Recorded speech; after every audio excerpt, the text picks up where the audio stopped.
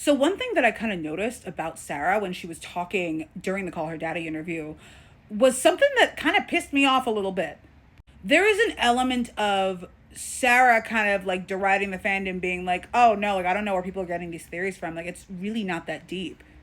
And while, yes, these are romantasy books, these are not high art, this is not like, Sense and Sensibility, Pride and Prejudice, the Brothers Karamazov or anything. But two things about that. One, a lot of the books that we laud as classics now were considered to be like popular books or maybe even kind of garbo back then.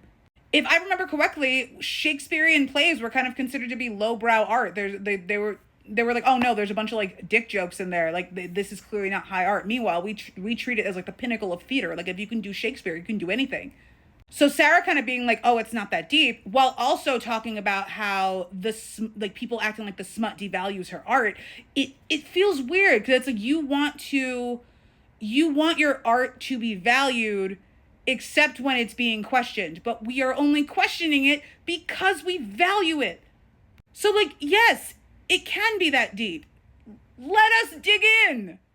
And even like aside from that, the writing that you write is really deep because you are pulling that like from yourself. And Sarah has talked about on Call Her Daddy and elsewhere how a lot of these books and a lot of these things were based on events from her own life. Like she is pulling from and interpolating events from her own life, like the hike. The way that she wrote those things gives us an understanding into her, and it gives us an understanding into, what she values and what she finds important. It is worth it to dig into those things. So her being like, oh, like it's not that deep. I don't know where people are getting this stuff from. We're getting it from you. It's right there. You wrote it.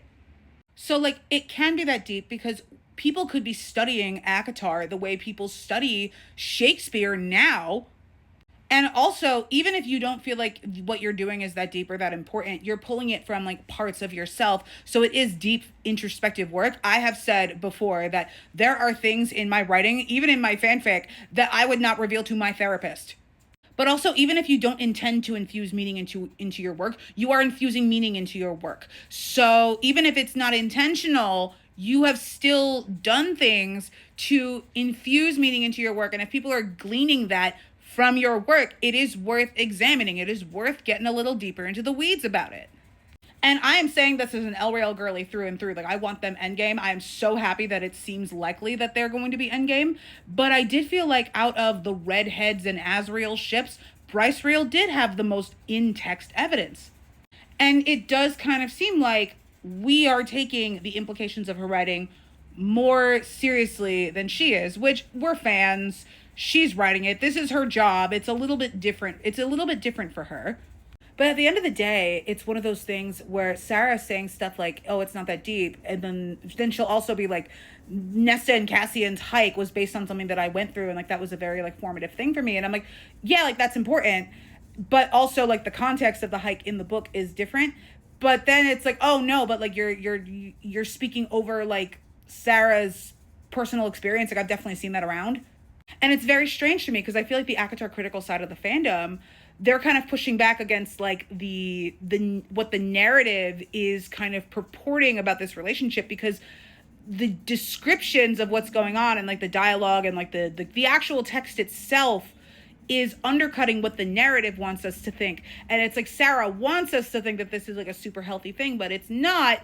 And then it's kind of like, you want us to be like, it's not deep, like it's not that deep, but it also kind of seems like you want us to subscribe to what you think. You want it to be deep according to your own interpretation of your own writing.